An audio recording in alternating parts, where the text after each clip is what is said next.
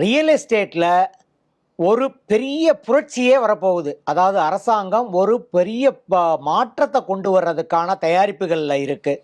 அதுக்கு பேர் தான் பூ ஆதார். பூங்கிறது என்ன, வேற ஒன்றும் கிடையாது. பூமிங்கிறதுடைய சுருக்கம் தான் பூ. ஆதார் கார்டு நமக்கு எல்லாருக்குமே தெரியும். நம்ம எல்லாருக்குமே ஒரு ஆதார் கார்டு இருக்கிற மாதிரி பூமிக்கு ஒரு ஆதார் கார்டு இருந்தால் எப்படி இருக்கும்? அதுதான் வந்துட்டு பூமி ஆதார். இப்போ நீங்கள் பார்த்தீங்கன்னா இண்டிவிஜுவல்ஸ்க்கு ஆதார் இருக்குது, அதே மாதிரி கம்பெனி பிஸ்னஸ்க்கு தனியாக ஆதார் இருக்குது. இப்போ அந்த மாதிரி பூ ஆதாருங்கிறது கொண்டு வந்திருக்காங்க.